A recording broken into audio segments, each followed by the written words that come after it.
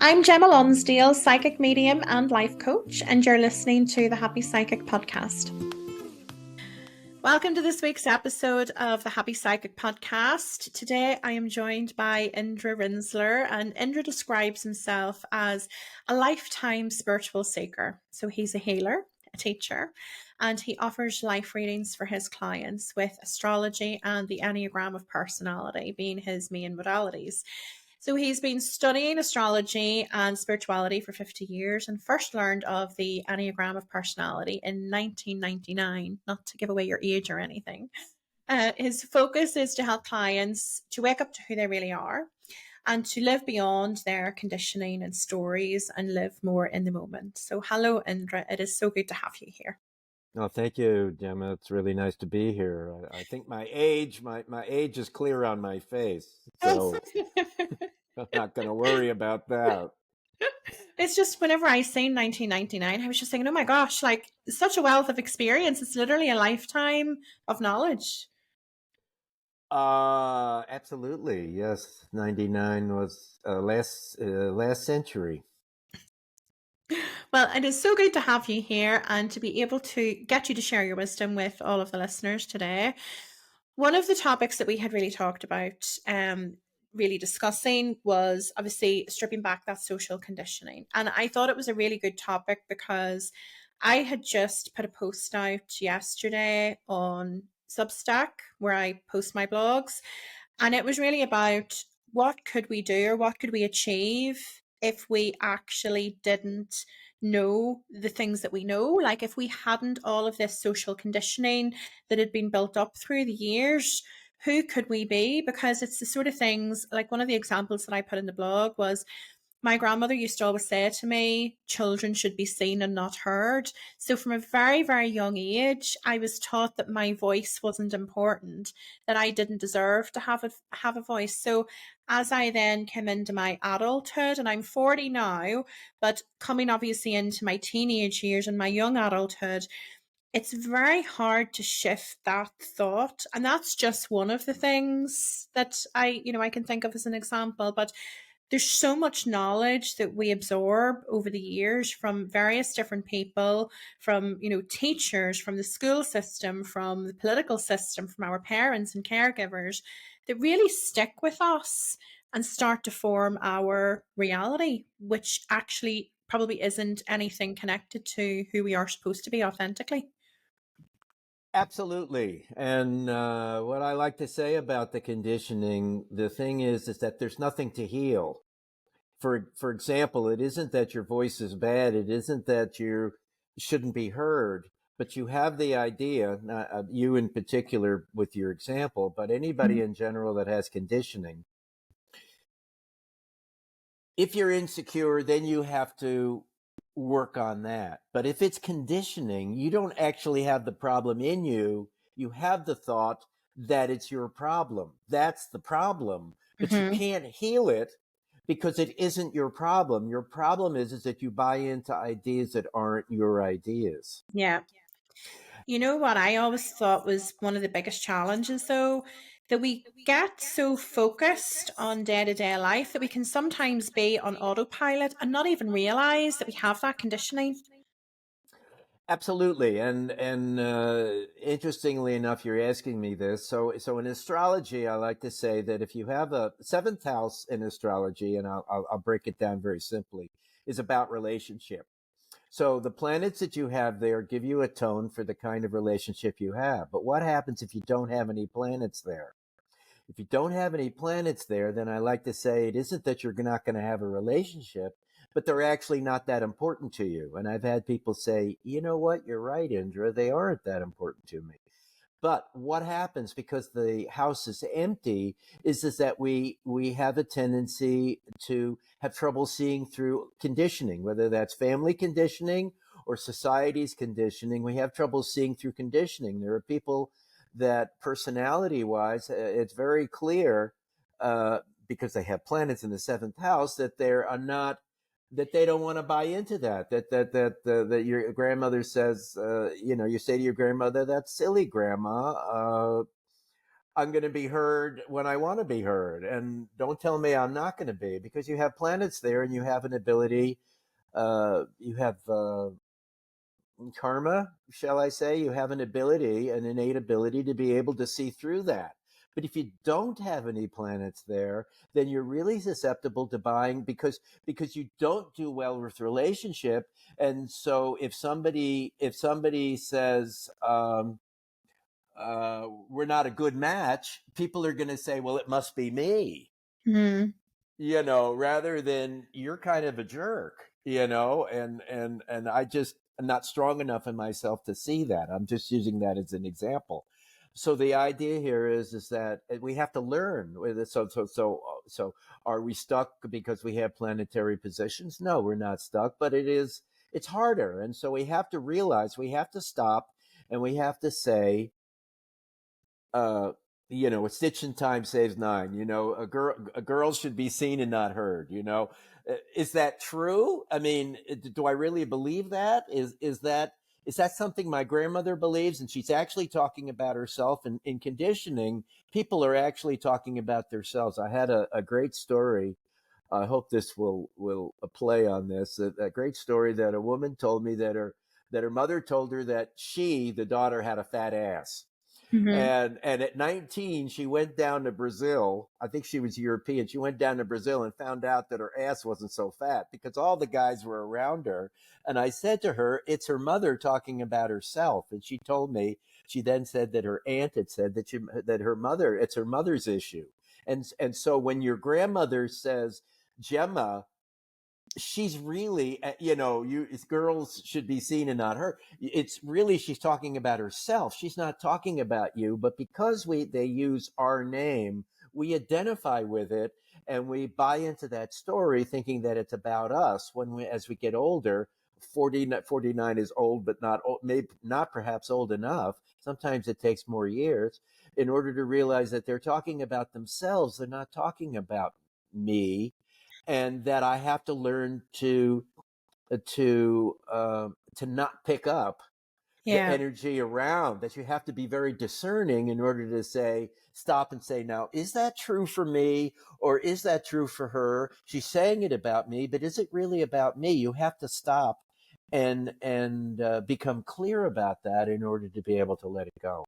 Yeah, it's a really interesting point, because one of the things, I guess, with our own behaviors, and this is one of the things that I noticed first on my journey, and I always encourage people whenever I'm coaching them to become aware of it in themselves. But whenever we look at someone and we have maybe it's a toxic thought or a negative thought that comes up about that person, usually it's actually something to do with our own insecurities that it's reflecting back on us.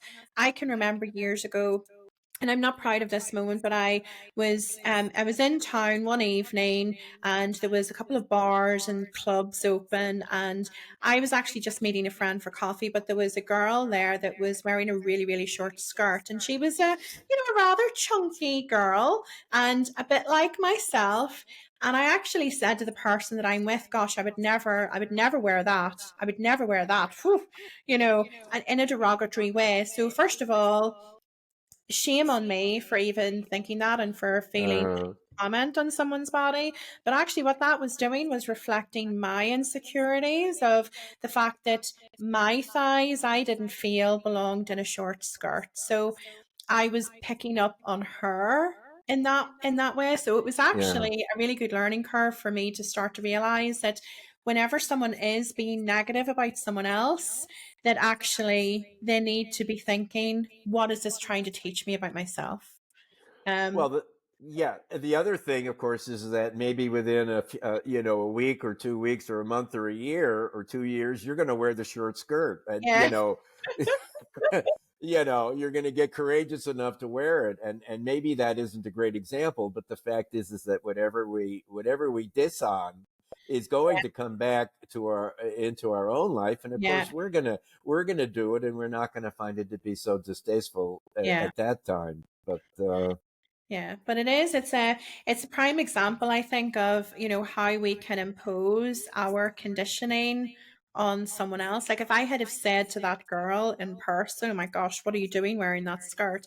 She might have then thought, oh, I shouldn't be doing this. This isn't something that I should be doing. But we I hadn't really thought of it in the same way as what you're talking about there, where actually the social conditioning that we have absorbed over the years is also because that person that said something to us believed that about themselves.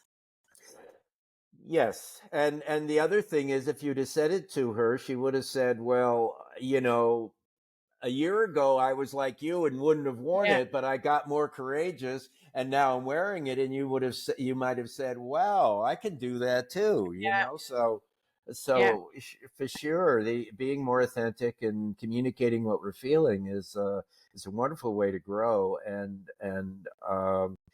I like to say, maybe not so much in this example, but it's not so important that other people hear us. It's more important that we say it. I do this with families, that it's important that the child or the parent tell the kid, or the kid tell the parent what they feel.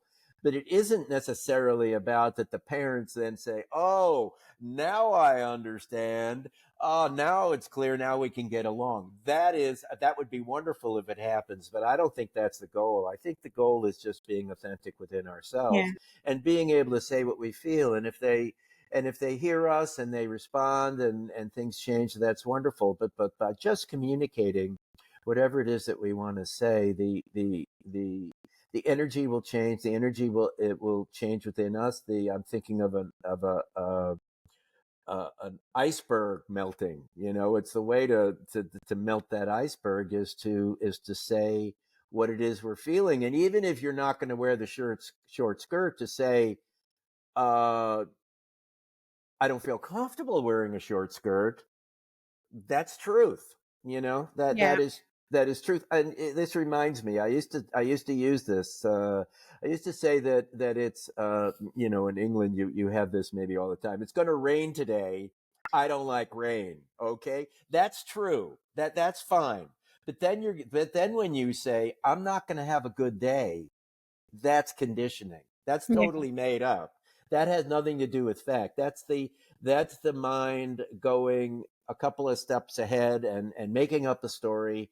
And that's what we've got to resist. The fact is, if you don't like rain, that's fine. That's your preference. And if it's going to rain, that's a fact. But Mhm. the kind of day you're going to have and what it's going to mean is all future tripping, and has nothing to do with the present moment. It's really, this conditioning is really part of it is about staying in the present moment and not running into the future, uh, or past stories, getting involved in that.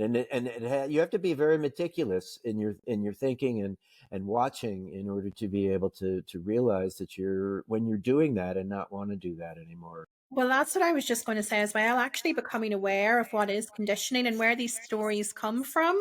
We have a belief in our mind, but it's like, okay, well, is this actually my belief, or is this something that I have absorbed from someone else? Because that's not always clear. I think whenever we're so absorbed in the world, I know that you talk about being present and really living in the moment. Whenever we have so many distractions around us, and I see this so often with people, like we've got Netflix, we've got TikTok, we've got YouTube, we've got friends, we've got, all of these different activities that we're filling our life with. There's so few of us that are actually properly living in the moment, that we're perpetually just distracted by things. So we do just tend to be on autopilot. But I guess, as you're saying, if we focus on living in the moment and focus on living now, then that will help us pick apart and become aware of these things and become more I don't want to say self critical, but become more self aware and be able to question ourselves a little bit more whenever we create space.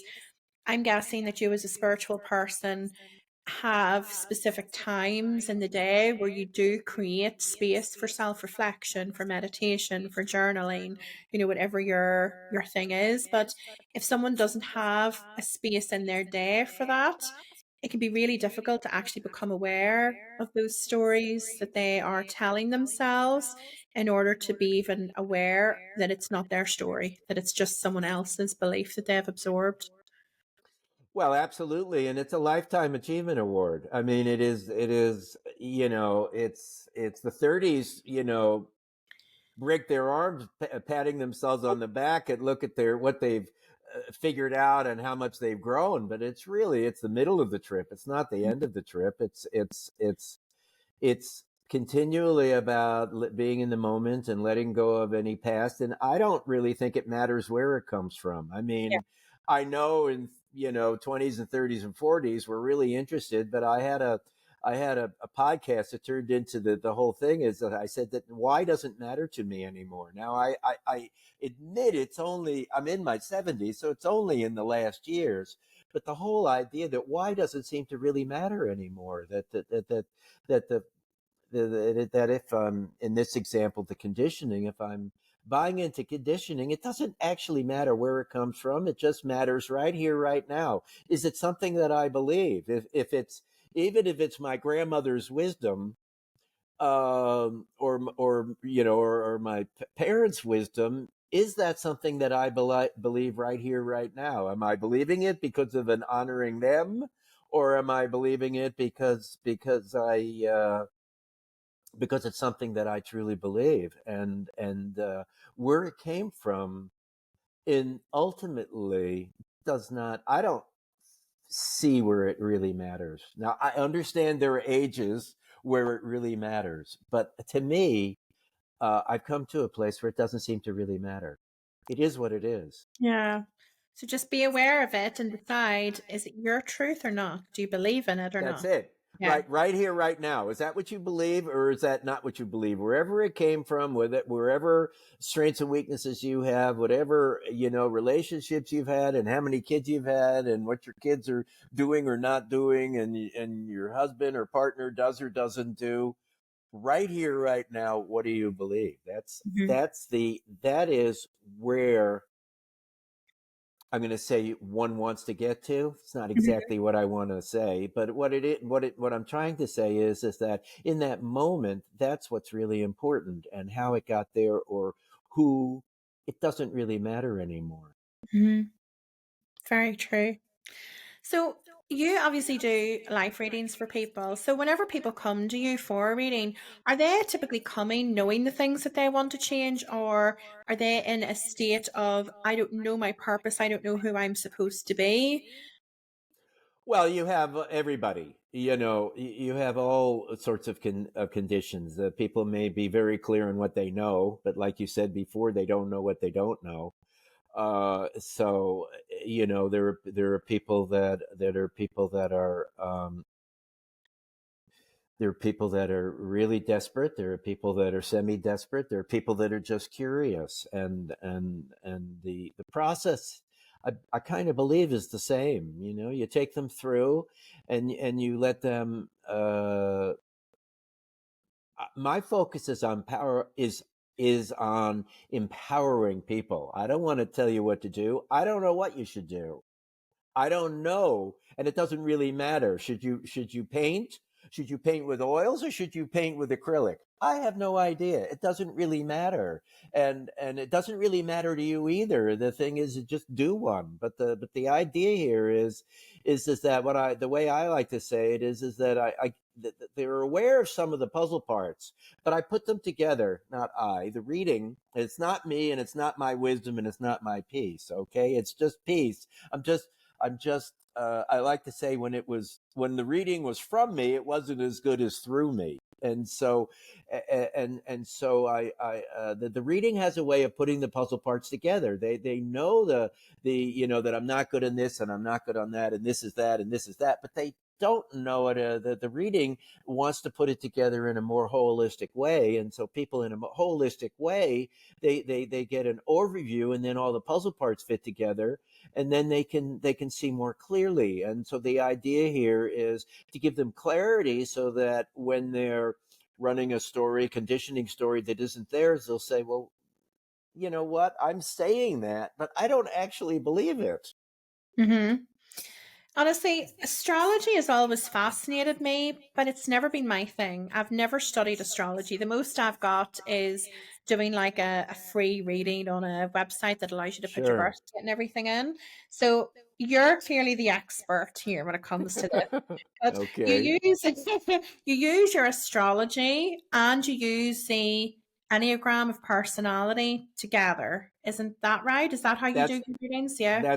that's correct. Well, I do them individually, and then I also can support each one by doing them together, so that the Enneagram is nine. There are nine personality types, and one of them is at our core. And so when we know our core triggers, it helps us to know to be able to recognize them, and then to be able to release them. The whole point is to release them, and the astrology gives us a way to define and a way to see it's like an x-ray, like you may feel your I got a broken bone, but the x-ray will say, oh, here's what it looks like and here's what it is, and it's not that bad or it's really bad or whatever. I suppose the doctor already knows, but like a bone coming through your arm would be kind of a big clue.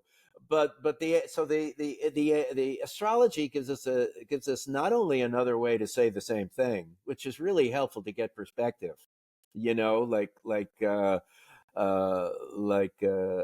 as we ask among our friends what we should do. The more friends we talk to, we may get more confused, but we also have some clarity that comes as far as we may not know what we want to do, but we understand the choices we have and perhaps the implications of those choices from our friends' information. So the each Enneagram point, each nine Enneagram point has a astrological configuration uh, of how it is expressed, and they are on the negative side in the sense of it's not so much about that. For example, a nine, that you feel very peaceful. It's about that you don't know yourself very well. It's more about the negative side, that you have to come to a neutral place in order to realize that you don't know yourself very well, that you merge with other people, that you accommodate other people. And this is because you're not very grounded in yourself. And when you get grounded in yourself, then the accommodating uh, can disappear, and that you take care of your own needs rather than giving that uh, giving that energy away to other people. No, that makes absolute sense. So I guess the two together almost validate each other. In a way, is that pretty much what you're saying? That running the two together will bring validation? Well, that's an interesting point. I'm so interested because I just over the weekend I just sent off to a big organization. I won't go into the specifics, to give a talk, to give the big talk on this, and to bring it to the Enneagram world. So it's very interesting that you should do that. As you should, we should get into this conversation. I mean, I don't know that it validates it. I mean, it validates it for me, but the people that don't believe in astrology, it doesn't validate it for them. And the people that don't give a you know, a hoot about Enneagram, that doesn't validate it for them either. And that's okay. That's just where people are at. But the fact is, for me, it validates, but that doesn't mean that it validates for other people. That everybody's at their own place, and they've got their own understanding, and they're ready to hear what they're ready to hear. Yeah, that makes sense actually. Um, it's so hard for me to understand a little bit. I suppose the specifics of astrology because I have never really studied astrology. Like Let you said earlier about the seventh house, it would be really good to understand that in a little bit more detail and how let these. me let me give you 2 minutes Yeah. that may make a difference. This is the problem, is that we're juggling three balls in astrology. The three balls are planets, which are like verbs. They are action, emote, moon, expand, Jupiter, focus and discipline, Saturn. Houses are like nouns, they're places in our life. 10th house, career. 7th house, relationship. 5th house, creativity. Signs are like adjectives, they're qualities of energy: fiery, earthy, airy, and watery. And I don't like to define them because to a fiery person, fire may mean something completely different to a watery, earthy person. So everybody can make their own definition. And so it's a juggling of, I like to say it's the old Clue game. Everybody seems to know the old Clue game. The Colonel Mustard did it in the living room with the candlestick. You know what I'm Yeah. talking about? Yeah. Okay, so it's deductive reasoning. So you have to juggle the three balls. Is that there's a quality of energy. That's the well, there's an action. That's the Yeah. planet. Okay. That's the planet. Say like Mercury communication. It's in the 10th house. So that's your career. So that you need to communicate about your career, or your career is about communication. And then it's in a sign, which say if it's a fiery sign, then stand back when I'm communicating, and if it's a watery sign, get your sandbags ready. If it's an earthy sign, put on your gloves. Your hands are going to get dirty. So it's a juggling. I like to say this is what's on the palette of the astrology artist is planets, houses, and signs, and you have to get clear in each one of them, and then you have to put them together, and Yeah. and and and maybe already from that it's a little clearer to you. Yeah.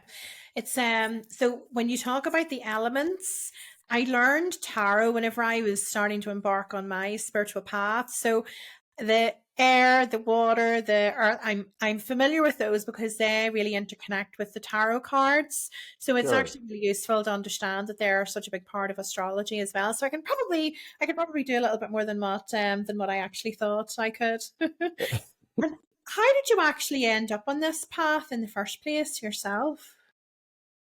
Well, yeah, the how, who knows? The fact is that when I moved to California, where I live now, I moved to California in my early 20s after college, after dropping out of graduate school, and 1970. There's dating myself. So I realized that there were metaphysical bookstores that I didn't really know before, living in the East and in the Midwest in the U.S.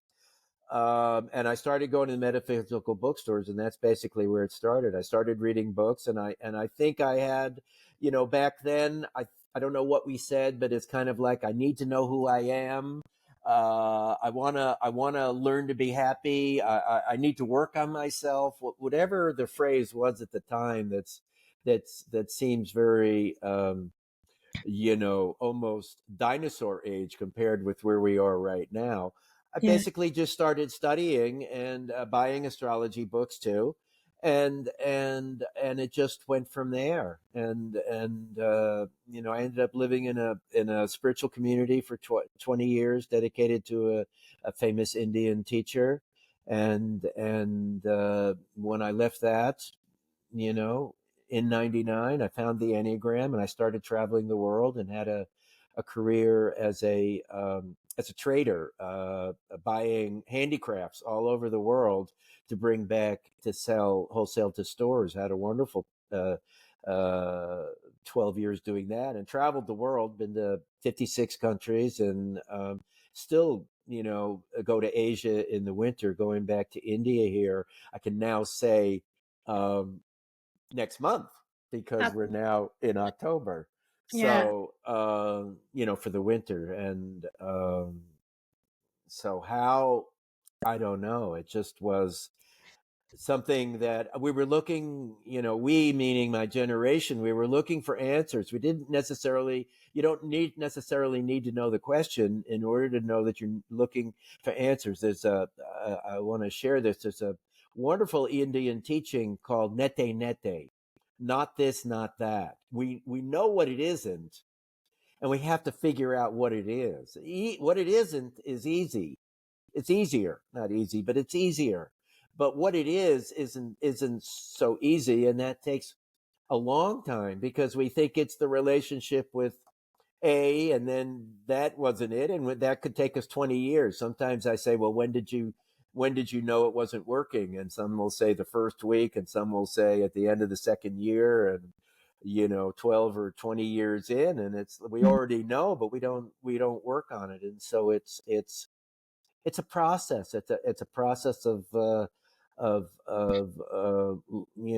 searching, of looking under the mushroom, or looking under the things, and to see where it is and what it is. And it makes a lot of sense as we get through